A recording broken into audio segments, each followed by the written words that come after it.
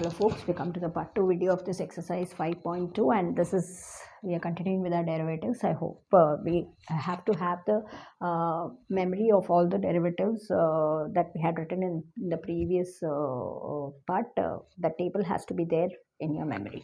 So let's start. We are calling this as y. Let y be equal to sec tan root x. Now there's a lot of function. There is a sec, there is tan, and then there is root x. So we are going to make a substitution for everything and try to make this function as simple as possible. And that's when we'll be using our chain rule to get the answer. So let's start right away. From inside, we will start our substitutions. Our first substitution is going to be u root x. So what has happened? This has become tan u, right? So that is going to be our next substitution. V becomes tan u. So what happens? This entire thing has become V. So y becomes sec V. Just check. And this is an attempt to make the function simpler so that finding derivative is easy. When you have so many functions inside one, inside the other, it becomes, as beginners, it becomes difficult for us to find the derivative. Eventually, we'll be able to find it easily. But now, as beginners, it's difficult. So we will try to substitute for each function so that every function is easy for us to find out, and then we can apply the chain rule and get the overall answer. So u is root of x, so du by dx, we have learnt in the table earlier, 1 by 2 root x is the derivative. Even otherwise, you can find the derivative by using the formula nx raised to n minus 1, or n into the term raised to n minus 1. Now v is in terms of u, so we will find derivative with respect to u. Tan function, we know the derivative is sec squared of that function. So it is sec squared u. Y is in terms of v, so we will find out dy by d. V and sec, we know the derivative is sec tan. So this will come to sec v tan v. Okay, we all know that we require dy by dx. And how does chain rule prompt us? Dy by dv into dv by du into du by dx. You just have to use common sense to devise this, right? And with the help of your common sense, you get this. Finally, you're getting dy by dx. So how? Dy by dv is sec v tan v. What is dv by du? It is sec squared u. What is du by dx? It is 1 by 2 root x. That's all. Actually, this is the answer. But the problem is the question is given in terms of x, and u and v we have substituted so as to make the working simple. So each of u and v has to be substituted back in terms of x, and that is your answer. So sec v means it is v is tan u and u is root x. So tan u, that is root x. So that is done into sec squared u, that is sec squared root x, and 1 by 2 root x. So you could have this here, 1 by 2 root x times sec tan root x, tan root x, sec squared root x. That's the answer. Next question, we have sine ax plus b by cos ax plus b. It's a quotient function. We are doing the quotient function for the first time. Now, before we move for the quotient function, we also make ourselves aware that sine ax plus b, we know the derivative. Sine ax plus b, just we did it in the problem number 3, that sine ax plus b has the derivative a cos ax plus b. So also cos cx plus d will have the derivative minus c sine cx plus d that we have just learned. So we know to do it. So that's how we'll be doing it. So first of all, let this function be y.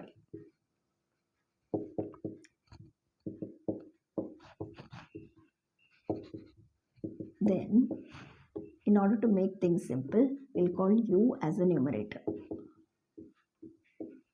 and v as a denominator. And then you know that u is in terms of x.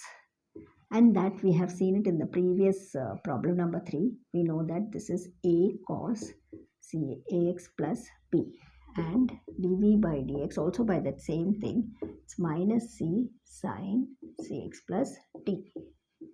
Therefore, y has become u by v, and this of course because we are applying quotient rule right away. It's not chain rule, it's quotient rule, so that we can get directly. The formula is v into du by dx minus u into dv by dx by b squared. We have learned this formula in the table.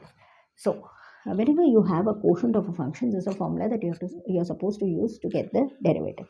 V for us is cos cx plus d, and du by dx for us, it is a times cos ax plus b, minus u for us, it is sin ax plus b, and dv by dx for us, it is minus c sin cx plus d whole by cos squared cx plus d. This is the answer. We'll just organize it and write. The overall answer is going to be a times cos cx plus d into cos ax plus b. There's a minus into minus plus c, then c times sin ax plus b and sin cx plus d. That's it. And that's how we go about getting the derivatives. So also we have the next question that is quite laborious, because there is a trigonometric function is there, and then the trigonometric function of a polynomial function, and in the later term it's there is even the trigonometric function of a polynomial is further raised to a term. So we have to make a lot of substitution, and finally it is after all the substitution we have to partially use a chain rule, and then we have to use product rule, and that's how you're going to get the final answer. So that's quite a lot of work here. Let's start right away. Let y be this particular thing, cos x cube into sine squared x raised to 5, or rather this in terms is sine x raised to 5 whole square. That's how it is. So we are making our assumptions. Let u be this cos x cube and v be this sine x raised to 5 whole square. Now we plan to find du by dx and we plan to find dv by dx, but doesn't look so simple because it's quite a lot of terms. So we make internal substitutions again. We will call maybe w as x cube. So we'll get u as cos w. Yeah, so you've got u as cos w, and so also here all this is not so simple, so we can have t as x raised to 5. Yeah, t as x raised to 5, and maybe z as sine t. This is t, sine t is z, and that way v will become z squared. Carefully see how it is. We started from the innermost function, that was x raised to 5. First we substituted that, then after that there was a sign, so we use the sign, then there was a power to 2, so that we have taken the last. So all these substitutions we will do, apply chain rule, get their derivatives, then go to the quotient rule. So let's see how to proceed. First, from here, let's w is in terms of x, so dw by dx is 3x squared. X raised to n has got the derivative n x raised to n minus 1. By that you get it like this. From here, u is in terms of w, so du by dw cos we know is always minus sin w. This will help you get du by dx. How? By chain rule, du by dw into dw by dx. Du by dw is minus sin w, and dw by dx is 3x squared. We need to revert back in terms of x, so w is x cube. That's it. That's our du by dx. So du by dx is ready. Now we'll move to this part, and one by one we'll find the derivative. T is in terms of x, so dt by dx. N x raised to n minus 1. So that way this will be 5x raised to 4. Z is in terms of t, so dz by dt sin t makes it cos t. V is in terms of z, so dv by dz is 2z. X raised to n is n times x raised to n minus 1, by that. Now finally we can get v in terms of x by chain rule. How? dv by dz, dz by dt, and dt by dx. Tactfully you should know to use this function and apply the chain rule. So how is it going to be? dv by dz is 2z, dz by dt is cos t, and dt by dx is 5x raised to 4. you know that we appreciate things only in terms of x. So whatever is not in terms of x, we will try to get it converted. This is fair enough. Now cot t means it is cos t means it is cos x raised to 5. So these both are solved.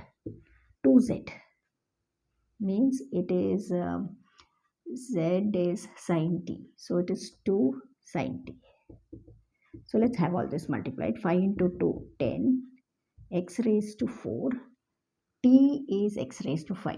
So it is sine x raised to 5 into cos x raised to 5. If you want, you can apply that formula that sine 2x is 2 sine x cos x. And like that, you can have it as 2 into x raised to 5.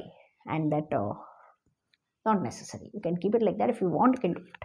So now what happens is, after all this hassle, because y is u into b, with all the substitution, y is u into v actually. That is what we have done here. Y is u into v. So that helps us to get the derivative by product rule. What is the product rule? U into dv by dx plus v into du by dx. Let's get it. U for us is cos x cube.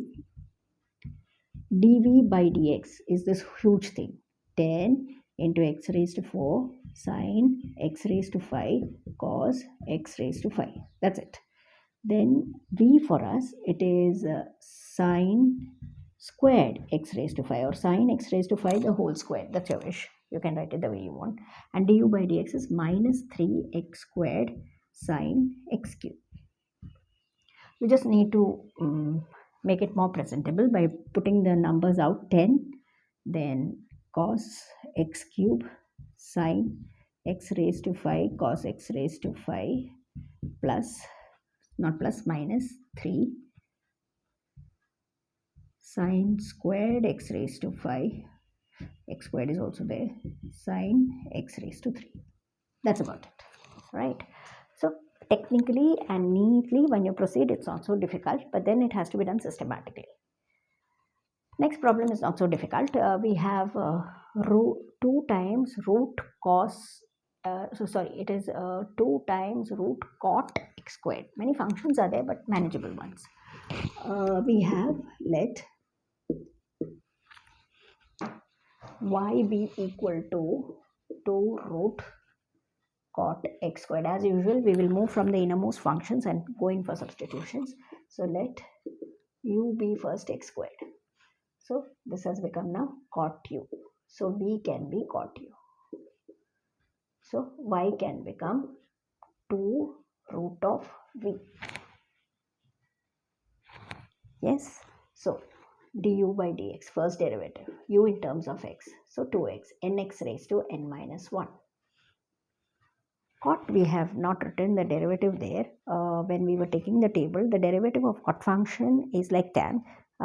Derivative of cot x is going to be minus cosec squared x. So this is going to be minus cosec squared u. And dy by dv here, see, when we apply the derivative here, 2 is a constant, derivative doesn't apply. V raised to half, we have learned it is 1 by 2 root v, right? So it is going to be 1 by 2 root v. That makes this cancel. And finally, therefore, we are up with dy by dx. How could we tactfully arrange this? Dy by dx is dy by dv into dv by du and du by dx. That is 1 by root v minus cosec squared u and 2x. Now comes the process of returning back all x's. So here we have x, cosec squared u for us is x squared. Then by root v for us is root cot u, but u is x squared. That's how we return back. We don't appreciate anything that is in a variable other than x, because that's all that's given to us. So each variable we will get back and get it in terms of x, and that becomes a final answer. So that's all about this video, where we have taken up chain rule in abundance, and we have also taken up problems on quotient of a function, finding the derivative of a quotient of a function and finding the derivative of a product of a function. With the help of chain rule, we were able to find this out. So that's how we go about doing it. Remaining problems we're taking it up in the next video. Thank you.